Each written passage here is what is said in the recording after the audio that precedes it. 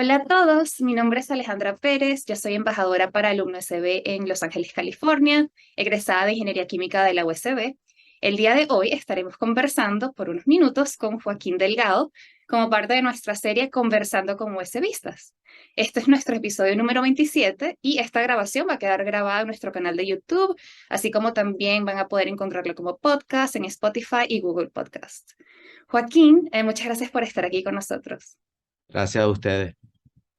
Y bueno, para darles un pequeño resumen que él va a completar, pero Joaquín comenzó su aventura profesional en la USB, donde se graduó como ingeniero de computación en 1992, y allí es donde comienza a escuchar sobre inteligencia artificial distribuida, sistemas multiagentes y quinta generación de sistemas informáticos. Con todo esto en mente, Joaquín tiene la oportunidad de ir a Japón para profundizar sus estudios en el Instituto de Tecnología de Nagoya, donde obtiene su doctorado en inteligencia artificial y ciencias de la computación. Desde allí empacó sus maletas para embarcarse a Nueva York, donde funda una empresa llamada Triple Hop, un buscador empresarial que luego fue adquirido por Oracle en el año 2005. También fue fundador de la empresa de FinTech Lending Club. Luego de un largo e interesante viaje por Silicon Valley, hoy Joaquín trabaja para Amazon Music como jefe de plataforma que se encarga de búsqueda de música. Y además es actual CTO de Acorda, una plataforma para optimizar procesos legales y asesor de una consultora de IT.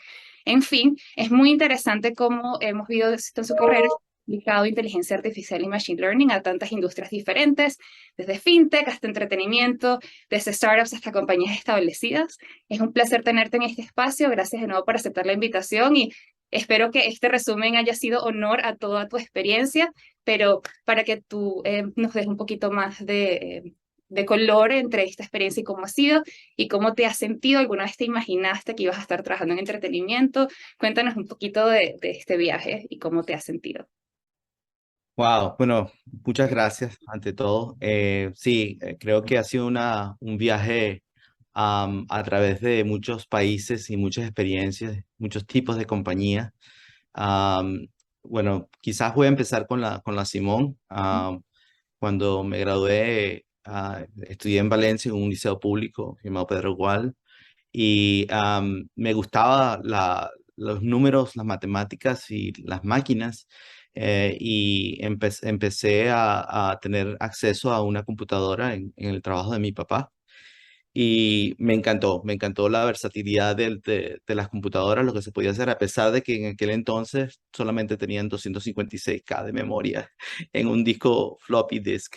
Pero al final, cuando terminé el bachillerato, apliqué a la Simón y al UFAM. En aquel momento eran los dos lugares que tenían mejor estándares para la carrera de ingeniería de sistema o computación.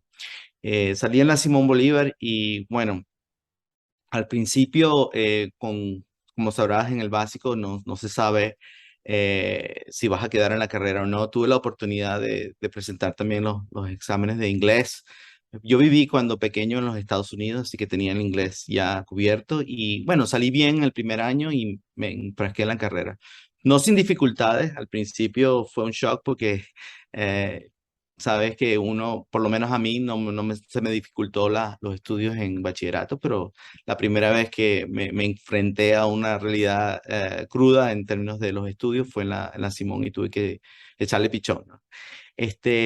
Después de graduarme de la Simón, donde me especialicé en inteligencia artificial distribuida y también en sistema de operaciones, me estuve buscando dónde estudiar mi posgrado, ¿no? Entonces había opciones en Estados Unidos, donde ya había vivido, y también había opciones en Europa y encontré una oportunidad en una beca que ofrecía la Embajada de Japón. Se llama Beca de Monbusho. Y esa beca estaba siendo ofrecida para quienes querían hacer estudios avanzados. Especialmente me llamaba la atención el proyecto de quinta generación de inteligencia artificial. Este está promovido por varias universidades en Japón y con los avances de robótica y cuestiones que estaban haciendo los japoneses me parecía interesante. Y bueno, empaqué mis maletas, como dijiste, y me fui para Japón. En verdad, eso de llegar a un país donde no sabes hablar el idioma y donde realmente es todo foráneo, fue toda una experiencia. Quiero decir que el japonés es difícil, pero la mejor manera es realmente vivir y establecerte allá y no tener de otra, sino que si tienes que ir a comprar cosas, bueno, aprender el idioma. Sí tuve la oportunidad de aprender el idioma por un año, realmente 6 meses y después continuar antes de entrar realmente a la carrera. Y también en aquel momento se permitía hacer todos lo que se llaman los exámenes y las publicaciones en inglés. Tuve la oportunidad de entrar a un laboratorio súper interesante que en aquel momento estaba especializado en redes neuronales, cuando todavía las redes neuronales no estaban despegando. Pero me especialicé en un área de lo que se llama filtro de información, information retrieval también, o sea, búsqueda, motores de búsqueda, especialmente considerando factores sociales o lo que se llama filtrado por colaboración, que en general es lo que se utiliza en Amazon y en otras partes cuando compras algo y hay personas como tú que hacen lo mismo, ¿no? Después de graduarme del PhD, que duró 5 años, casi 6 años, me llamaron de una empresa en Nueva York y un par de abogados que estaban haciendo mucho dinero, haciendo transacciones en aquel momento, vendiendo compañías. Ellos no tenían ningún tipo de experiencia empresarial, ni yo tampoco. Pero entonces me llamó la atención porque ellos querían hacer un motor de búsqueda que fuese capaz de generalizar a distintos dominios, donde pudieses hacer recomendaciones el motor de búsqueda, independientemente de dónde sacara la información. La compañía inicialmente se llamaba Matchers, como hacer matching, ¿no? No es Match.com, pero en ese entonces se creó también. Y la idea era capturar información del usuario y hacer los resultados de búsqueda personalizados. Ujú. ¿Qué Eh, ¿Cómo te consiguieron? ah, ¿Cómo te consiguieron? ¿Cómo consiguieron tu teléfono? ¿Cómo te llamaron? en aquel momento, Monster.com yo había puesto mi perfil, claro, yo estaba recién graduado y puse mi currículum y me llamaron de Japón, en una compañía de fintech, Morgan Stanley, me acuerdo, y decidí irme a tomar aventura. Uno, porque me parecía muy interesante la idea de crear un motor de búsqueda generalizado que también fuese un sistema de recomendaciones. Y número dos, porque iba a ir con abogados. Y bueno, si vas con abogados no tienes mucho que perder. Ellos saben cómo se maneja la parte legal y de negocio. Y eran unos abogados que estaban en Nueva York haciendo venta y compra y venta de compañías, ¿no? Entonces Ujú. dije, bueno, vamos a probar suerte. Y creé un equipo allá en Nueva York. Me establecí allí con un equipo pequeño, relativamente pequeño, creando ese motor de búsqueda que se convirtió en la compañía Triple Hop Technologies. Y esa compañía se especializaba, porque también la parte de abogados, en crear un motor de búsqueda para los bufetes de abogados inicialmente. Mm, Empezamos también a diversificar y creamos un motor de búsqueda para Expedia en términos de viaje y recomendaciones de destinos. Se llama Trip Matcher, o sea, todo era matchers, si eran Legal Matcher, Trip Matcher, esos eran los productos. Hasta que finalmente creamos como siempre en pequeñas empresas, no es que la pegas de una, sino que tratas y pruebas una variante. Empezamos con viajes, pero había muy pocos clientes. En la parte del dominio de abogados también no había tanta demanda, pero después conseguimos un nicho que eran los motores de búsqueda empresariales, y la tecnología que estaba desarrollando involucraba personalizar los resultados basado en los documentos que creabas. O sea, si tú creabas documentos, él minaba la información y entendía, bueno, si la palabra que usaba era network y tú eras de recursos humanos, significaba una cosa, y si estabas en la parte de IT, significaba otra. Y los resultados se adecuaban a la persona y al departamento, ¿no? Y hacían búsqueda conceptual. Eso era bastante adelantado para la época, Ujú, Estamos hablando del circa 2000 y me gradué en ese entonces y después en el 2004, 2005 fue cuando hubo la adquisición de Oracle, ujú. donde compraron a la empresa y nos trajeron a todos al Silicon Valley, ¿no? Entonces, esa fue la primera etapa del recorrido a través de Japón a Nueva York hasta que llegué aquí al Valle del Silicio, ¿no? Em, Interesante. Y cuando estabas en Japón, obviamente tú dices que montaste tu perfil en Monster.com, ¿ya tú tenías la idea de que querías emigrar a Estados Unidos y hacer carrera allí cuando lo hiciste? No, realmente yo quería volver a Venezuela. Tenía pensado y estaba yendo muy frecuentemente a Venezuela. Había tenido ya contactos en el IESA, contactos en CONICYT, y mi intención era volver a Venezuela, pero realmente el mercado de trabajo para el área en que me había especializado no se encontraba.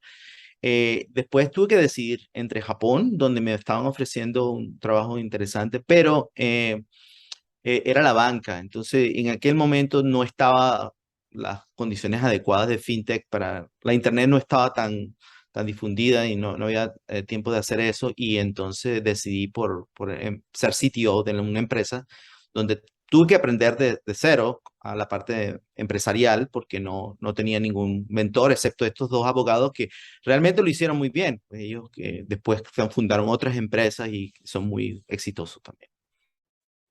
Y en esta experiencia de fundar una empresa sin la experiencia necesaria y apoyándote obviamente los abogados, cuéntanos un poquito de cómo hiciste para buscar los recursos adecuados o como para saber cómo guiar este proceso y esta empresa en sus inicios. Sobre todo en aquella época que creo que la información no era tan accesible como hoy en día.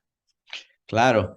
Eh, Mira, en principio tuve la oportunidad cuando estuve en Japón de publicar muchos papers, muchos en conferencias y en distintas workshops alrededor del mundo, ¿no? Y en esos viajes hice contactos con universidades, con profesores de las universidades. Entre ellos estaba el profesor Patti Maes, que en aquel momento estaba desarrollando cuestiones de inteligencia artificial para agentes, que ahora luego lo tenemos en Siri increíble que en aquel momento estaba solamente la idea de tener un agente que pudieses hablarle y contestar. Y en la Universidad de Carnegie Mellon y en otras universidades. Y pude, cuando empecé a trabajar en Triple Hop, contactar a esos profesores. Tim Finn, me acuerdo que era uno, y ellos recomendaron hacer el posteo de las nuevas puestos de trabajo, ¿no? En inteligencia artificial y en motores de búsqueda en algunos canales que las universidades tenían para gente que se estaba graduando. Bueno, y en ese tuve la oportunidad de entonces reclutar gente muy buena que salía del MIT, de otras universidades y que estaban en aquel momento con el .com. Después fue el dot bust, o sea, el bajón, ¿no? Pero al principio estaban buscando en empresas de innovación pequeñas, ¿no? Y bueno, ese grupo de gente que pude armar me siguió aquí a la bahía y ahora están distribuidos en varias empresas, pero entre ellos algunos latinos, pero generalmente conseguí empresas a través de las universidades. Ok. Algunos también contactos de que tenían los abogados, ¿no? En términos de otras compañías que estaban haciendo tecnología, etcétera. Ujú. Entiendo. Y bueno, ya cuando Triple Hop fue adquirida por Oracle, me imagino que el cambio fue impresionante, ¿no? Pasar de un ambiente con un equipo pequeño a una empresa tan grande. Cuéntanos un poquito de esa transición, no solo desde el punto de vista de emprendedor, luego de una adquisición, sino también cómo cambió la cultura, el día a día y cómo tuviste que adaptar a esa nueva empresa. Sí, bueno, cuando fundé la empresa con Renaud Laplanche y Matt Turk de Triple Hop, como te dije, no tenía experiencia empresarial, no tenía experiencia como manejando personal, ¿no? Y tuve que aprender en base a intentarlo y a realmente a contratar gente y entender sus motivos, sus motivaciones, sus intereses, etcétera, aparte de ser el líder tecnológico, ¿no? Y entonces cuando llegué a Oracle, fue duro porque en ese momento no me dieron un puesto de manager, sino de gerente, sino de un puesto muy alto en la parte técnica, ¿no? Lo cual, en cierta forma, lo disfruté muchísimo porque volví a intentar hacer, a codificar, a hacer programas y a investigar y a mejorar el producto. Y en ese entonces me acuerdo que tuve la oportunidad de estar enfrente de Larry Ellison, el CEO, presentándole el nuevo producto de lo que se llamaba Oracle Secure Enterprise Search o búsqueda segura de Oracle, que hacía fusión de los distintos datos que existían en las empresas, donde habían datos en tablas estructurados, habían datos de email, habían datos que estaban en documentos, en lo que se llaman en base de documentos o base de datos que contenían documentos, y estaban dispersos. Y eso era súper interesante para Oracle porque estaban adquiriendo compañías. En aquel entonces adquirieron JD Edwards, adquirieron otras compañías en el área del cloud y estaban buscando una manera de unir la información o poder acceder a la información de distintos sistemas. Entonces, ese fue como que, digamos, el éxito en Oracle fue poder hacer ese tipo de motor de búsqueda que permitiera acceder a información a través de, o accediendo a distintos tipos de sistemas, ¿no? De hecho, una de las patentes que tengo era cómo crear un hiperlink o un enlace virtual entre conceptos que ocurrían en distintos sistemas. Por lo tanto, si mencionabas una compañía, esa compañía tenía un identificador en una tabla. Entonces, cómo conectar esa información a través del contexto, de tal manera que cuando se refirieran a la compañía, pudiesen encontrar toda la información referida a la compañía en distintos sistemas, ¿no? Eh, pero sí me preocupaba estuviese, aprendí muchísimo en términos de la estructura y digamos, los procesos, pero seguía con que, bueno, yo quiero seguir haciendo un empresario, emprendedor, y me llamó el mismo CEO, Renaud Laplanche, y me dijo, mira, tengo una idea. Y yo, bueno, ¿cuál es la idea? Entonces le había escuchado de una compañía en Inglaterra que estaba tratando de quitar los bancos de la ecuación del prestamista y lo que prestatario, ¿no? Que lo que prestaban dinero y los que recibían dinero. Que ese era el negocio principal de los bancos y que estaba en un buen momento para crear irrumpir o crear una inflexión en el mercado porque no existía tecnología fintech que se pudiese aplicar a ese problema de cómo conectar a los que estaban pidiendo dinero con los que tenían el dinero para prestar de manera eficiente, ¿no? Sino que era muy engorroso el proceso de pedir prestado dinero y ir por el paso de los bancos. Entonces, bueno, allí nació la idea de Lending Club y me aventé apenas año y medio después de haber entrado a Oracle, dejando en cierta forma beneficios que tenía inclusive acciones que estaban como parte de lo que se llama el Golden Cuff o no sé si se llama jaula de oro o en este caso guantes de oro, pero que te dan para retenerte en una empresa, ¿no? Pero bueno, decidí irme con la empresa nueva y un área totalmente distinta y donde no conocía nada. Y resultó en esta primer lanzamiento en Facebook, cuando empezaron las aplicaciones de Facebook, de cómo conectar gente a través de las redes sociales de manera anónima. O sea, que tú tenías, por ejemplo, conocías gente de la Universidad Simón Bolívar y esa gente tenía dinero para prestar y había un proceso donde podías aplicar a través de la página de Lending Club para préstamo y había en el medio el concepto de matching, de cómo conectar, ¿no? Que es la misma idea de los sistemas de recomendaciones, pero hay un poquito de dos lados, de dos caras, ¿no? Y la conexión se hacía a través de, por ejemplo, conexiones sociales interés localizados en ciertas zonas o simplemente a través de, sabiendo que había unas conexiones a través de familiares o amigos, ¿no?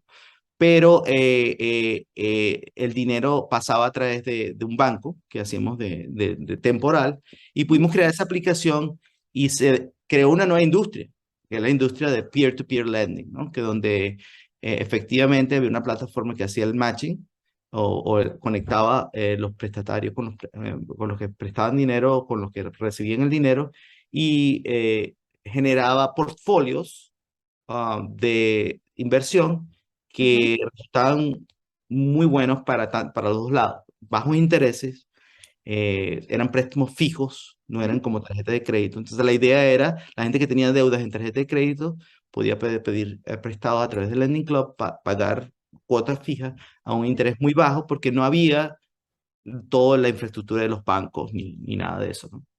Ujú. Sí, en verdad muy interesante porque luego de Lending Club empezaron a salir muchas empresas similares y fue como el inicio de toda una categoría, como mencionas. Y lo más interesante de todo es que se basa en este principio del matching, que es tu especialidad. Deberíamos llamar a Joaquín el matching expert. El matching expert.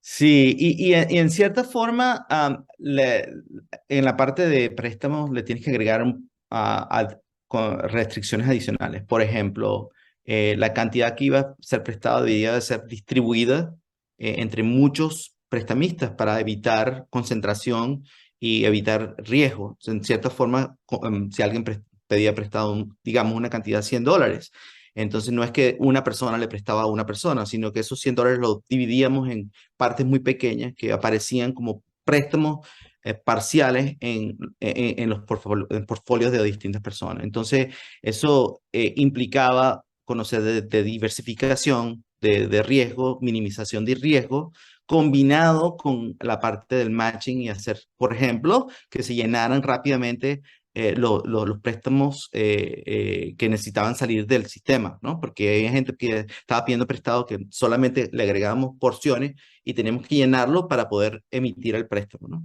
Entonces, no era solamente ya matching a nivel de intereses, sino también habían como restricciones en el objetivo, que era generar la mayor cantidad de préstamos posible y generar rentabilidad para los que estaban prestando y minimar los costos y los intereses para los que estaban pidiendo prestado. Y de toda esta experiencia y siendo un fundador, ¿cómo pasaste a Yahoo? Cuéntanos, ¿cómo fue esa transición?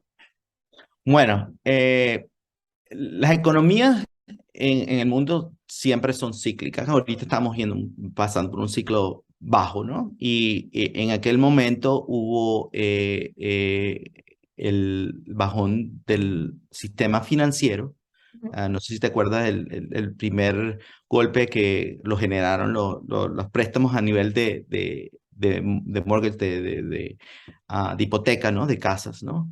Y los CDOs. Y estábamos en el medio del sistema financiero haciendo préstamos. Entonces yo pensé, se me acercó la gente de Yahoo y estaba muy interesado en el perfil de lo que estaba haciendo, porque en todo esto también estaba aplicando inteligencia artificial y machine learning para esos modelos de predicción de cuándo los portfolios iban a ser optimizados, cuánto iban a ganar, etcétera. Entonces, la gente de Yahoo me contactó y me dijo, mira, tenemos un puesto aquí para que te encargues de predecir si la gente le va a hacer clic o no a un ad y esa información la vamos a usar para los sistemas de lo que se llama de advertising o de publicidad, ¿no? Online.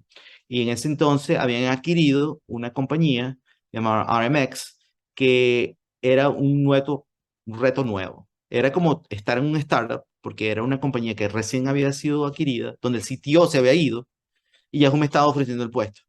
Y aparte de eso, bueno, el sistema financiero no estaba en buena situación. Entonces dije, bueno, contraté a gente suficientemente buena para continuar el trabajo en Lending Club y acordé con Renault irme.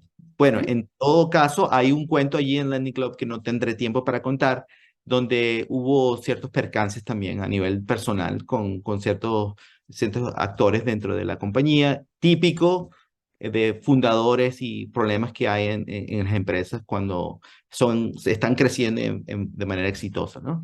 Entonces, bueno, decidí cortar por lo sano, digamos, y irme a Yahoo, donde, mira, eso fue una experiencia increíble porque Yahoo ha sido y es todavía, en cierta forma, pero fue en aquel entonces la escuela. Ujú, Fue la primera empresa o una de las primeras empresas junto con Google y otras que desarrollaron tecnología a escala. O sea, cuando yo entré a Yahoo, mi primer trabajo era tratar de predecir, predecir la probabilidad de clics o de acciones que los usuarios hacían con las propagandas y estamos procesando billones de transacciones por día y estamos una escala increíblemente grande, ¿no? Y para esa escala se necesitaba desarrollar tecnología como Hadoop, como MapReduce, en el caso de Google, que eran lo que permitía procesar esa cantidad de información de manera distribuida. Entonces, para mí fue una escuela a nivel tecnológico porque aprendí no solamente a hacer inteligencia artificial, sino inteligencia artificial y machine learning a escala, ¿no? ujú, Y tuve la oportunidad, porque había sido líder y CTO de empresas, de también liderizar, porque en el segundo año, a pesar de que entré como arquitecto, ya me habían dado la oportunidad de convertirme en director, porque ya el nivel que había adquirido estaba bastante alto, entonces directamente, como había tenido experiencia como CTO, me convertí en un director de Yahoo, encargado de lo que se llama Display Advertising, que es el que no es búsqueda, sino aquel que en aquel entonces eran banners y información propaganda que se le mostraban a los usuarios cuando entraban a una página, ¿no? Que luego también se convirtió en videos, ¿no? En propagandas a través de videos. Esa es la experiencia con Yahoo. súper interesante. Y en verdad parece que aquí veo como un pattern de que pasas de startup a empresa, porque luego volviste a ser fundador. Bueno, en el caso de AdBright, que fue la empresa que dejé, que me uní después de Yahoo, no era fundador. Era una empresa que había sido en su época muy famosa por crear lo que se llama una red de propagandas o un exchange, que es una plataforma, otra vez de Magic, pero esta vez de advertisers o de gente que está haciendo propagandas con distribuidores de información, los portales, por ejemplo, que tenían inventario. El inventario aquí significa espacio publicitario donde colocar las propagandas. Y habían revolucionado el área de las propagandas a través de video que estaban haciendo. O sea, antes eran solamente los banners y la información, pero ya estaban creándose los principios de lo equivalente a las propagandas de televisión, pero en la internet, ¿no? Pero la compañía había sido muy mal administrada y el board, los directores y los inversionistas cortaron o dejaron ir a toda la plana mayor, o sea, el CEO, el CTO, todo el mundo, ¿no? Y entonces una persona que estaba en Yahoo, Hardeep Pindra, se convirtió en el CEO y me dijo, mira, vamos a entrar a esta compañía, la rescatamos y la vendemos. Entonces, para mí eso fue súper interesante porque era una tecnología también que estaba tratando de desarrollar dentro de Yahoo mismo. Sabía cómo manejar gente y en una compañía que tenía más de 100 personas y volvía a manejar mayor cantidad de personas. Y había oportunidad también económica bien interesante porque si se vendía podía quedarme con una buena tajada. Ujú, Resultó uno de los problemas más, más duros que tuve en mi carrera. No porque la tecnología no estuviera, no fuese adecuada, no hubiésemos podido recuperar a nivel tecnológico la empresa, sino porque en este mundo de las inversiones de compañías hay etapas, ¿no? De inversiones donde entran inversionistas, también hay acreedores a nivel de deudas que empiezan las pequeñas compañías para hacer bridge o poder subsistir a lo largo de su existencia, ¿no? Y esta compañía tenía muchísima deuda, cosa que no tenía información cuando empecé a, a gerenciar la compañía como CTO.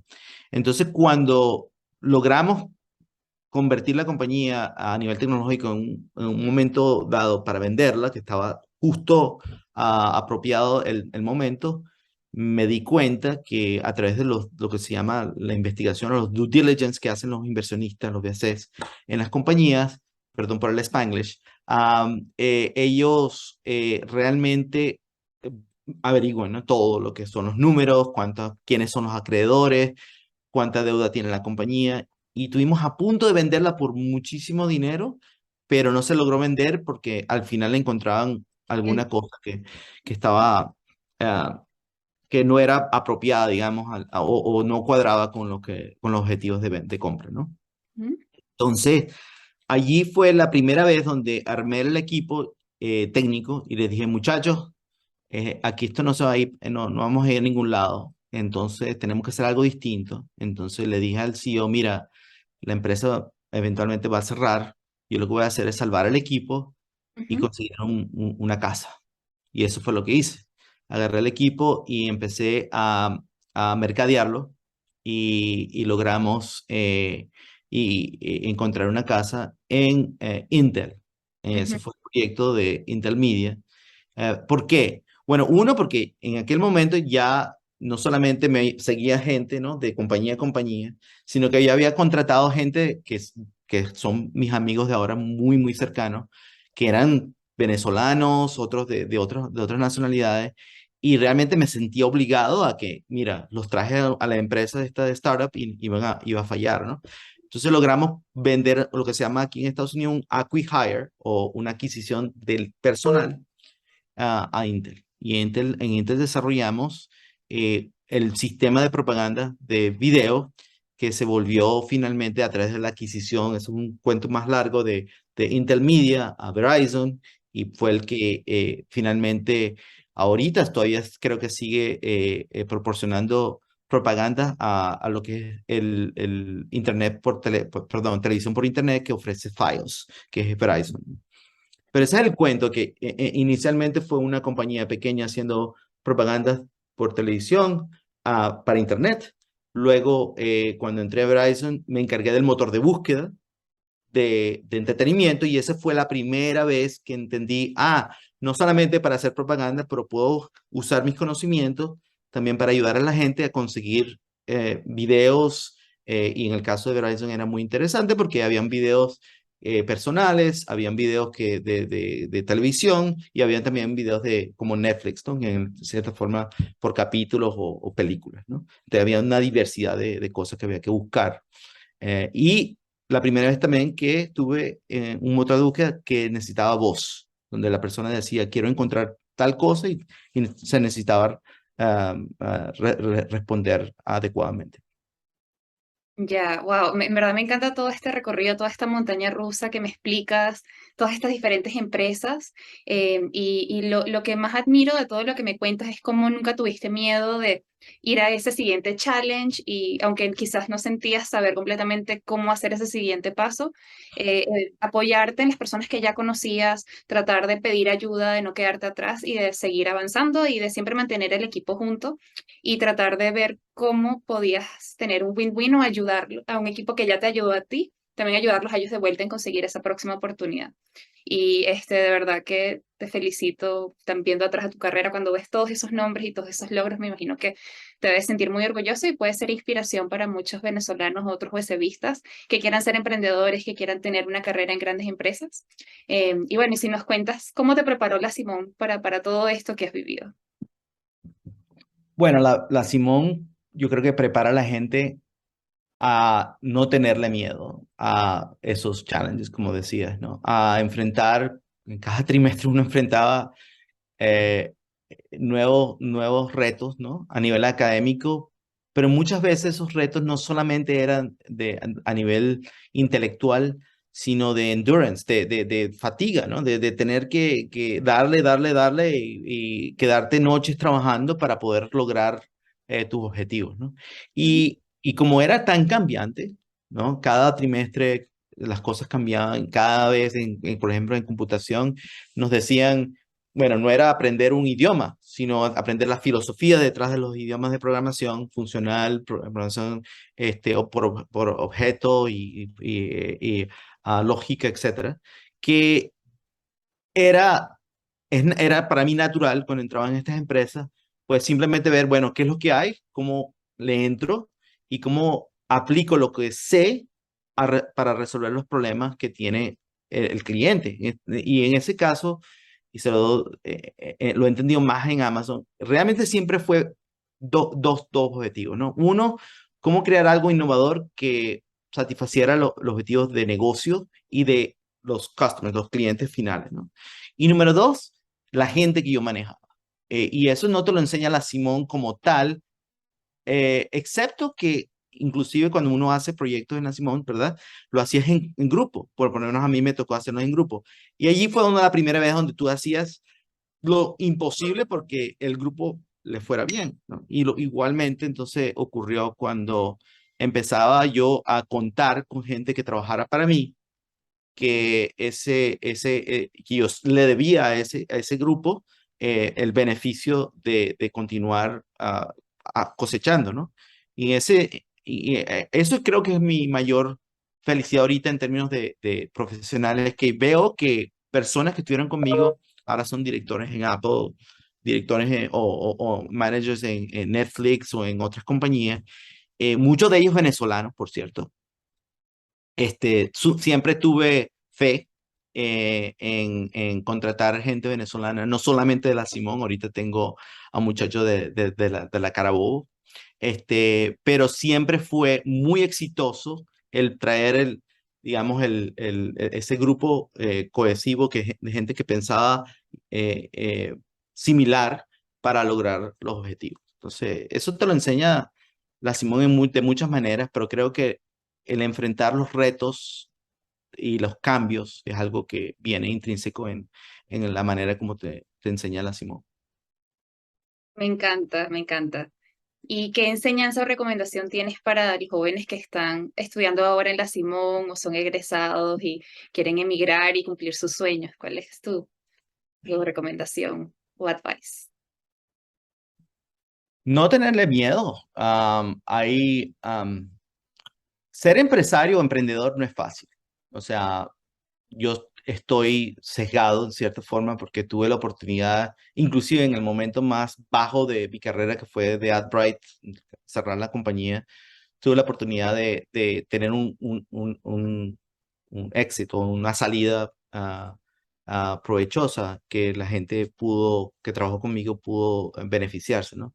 Pero eso pasa normalmente, inclusive aquí en el Valle del Silicio, uno de cada 500 compañías, depende del área, uno cada 100 es que realmente puede siquiera lograr tener algún éxito. O sea, muy pocas son las compañías que logran ah, convertirse en un Facebook o en Google o en Yahoo, ¿no? O en Amazon. Pero eso no debe detener, detenerte como persona que quiere ser emprendedor. Lograr afrontar esos retos y los cambios es lo más interesante porque es lo que te hace aprender. O sea, en otras palabras, el ser emprendedor es un maratón donde en cada estación estás aprendiendo cosas nuevas. Y esa manera de aprender que viene también de la Simón es una cosa que te mantiene vivo, te mantiene activo mentalmente, físicamente, y donde no dejas de estar eh, poniéndote retos a ti mismo en crecimiento, términos de crecimiento tanto intelectual como a nivel de negocios también, pues aprendes también la parte de negocio. Así que no tenerle miedo y afrontar los problemas como afrontabas en la universidad cada examen o cada nuevo proyecto. Ese sería lo ideal. Inclusive cuando tienes dudas. Si yo tenía, la primera vez que tuve una gran duda fue cuando estaba en Triple Hop y nacieron mis hijos, que eran morochos. No gemelos, pero ahorita los dos tienen 18 años.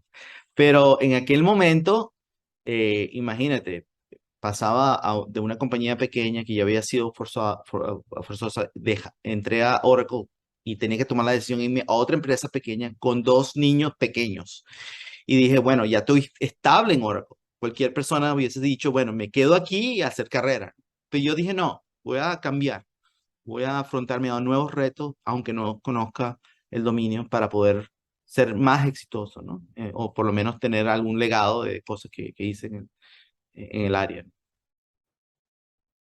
Como dices, es un día a la vez, no tenerle miedo a lo que venga y pensando más allá, ¿no? De que quizás ibas a tener la estabilidad allí con tus hijos, pero ibas a tener mayores oportunidades si perseguías ese otro sueño y luchar por eso.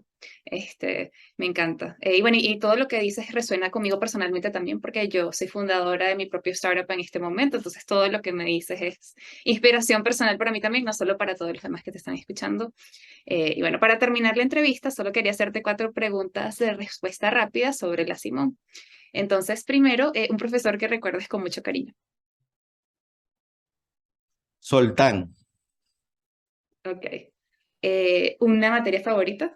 No sé si sea la del mismo profesor. ¿una qué? Materia favorita cuando estabas en la Simón. Grafos. De mesa era otro profesor también que me gustaba mucho. Ok. ¿Cuál era tu lugar favorito de la Simón? Uy, tenía muchos lugares favoritos. De hecho, no hablé de eso, pero me impactó la primera vez que fui y por lo tanto decidí ir allí, no al UFA. Creo que, creo que el Ampere. Me encantaba pasar tiempo allí y estar con amigos y socializar. Ok. ¿Y algo que extrañes de la Simón o recuerdes con mucho cariño? Los intercarreras. Ujú. Me gustaba mucho jugar y compartir esa semana de jugar fútbol o otros deportes con gente de otras carreras en la Simón. Muy interesante a nivel también personal conocer gente de otras carreras en ese ambiente de competición, pero competición chévere, ¿no? Eh, y bueno, quería agradecerte a ti y a la Asociación de Egresados por esta oportunidad. Eh, como te digo, estoy ahora encargado del motor de búsqueda de música en Amazon Music, así que si logran usar la aplicación o llamar a Alexa para que coloque cualquier canción, acuérdense que, bueno, está un venezolano detrás del motor de búsqueda que está haciendo la petición, está retornando los resultados para esas peticiones. Me encanta. Bueno, a mi hijo le encanta, yo tengo un bebé de 4 años, jugar con Alexa y pedirle música random, así que bueno, ya sé que tú estás detrás de eso. Quizás recordar Sí, que todo eso ocurra.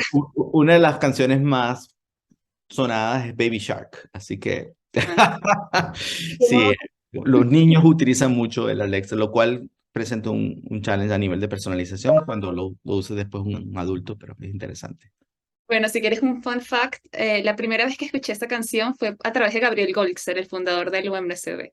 Ujú. Así que él fue el que me presentó Baby Shark la primera vez, hace unos años atrás. Pero bueno, de nuevo, en nombre del UMSB y como venezolana, quiero darte las gracias por representar a nuestro país, a nuestra alma mater. Esperamos que sigas cosechando muchos éxitos profesionales y personales y que, bueno, también sigas involucrado y pendiente del UMSB. Y bueno, una vez más también llamamos a todos los que estén escuchando que se recuerden de apoyar nuestras causas, compartir, etcétera, cualquier causa que estemos usando en ese momento. Gracias a todos nuevamente y esperamos a nuestra próxima entrevista de Conversando con USBistas. Muchas gracias. ¿Sabías que el 80% de nuestros ingresos provienen de donaciones recurrentes? Únete ya a las más de 200 personas que, mes a mes, aportan su granito de arena para que nuestros profesores, alumnos, biblioteca, laboratorios y el espacio físico mantengan esa calidad que caracteriza nuestra universidad. Dona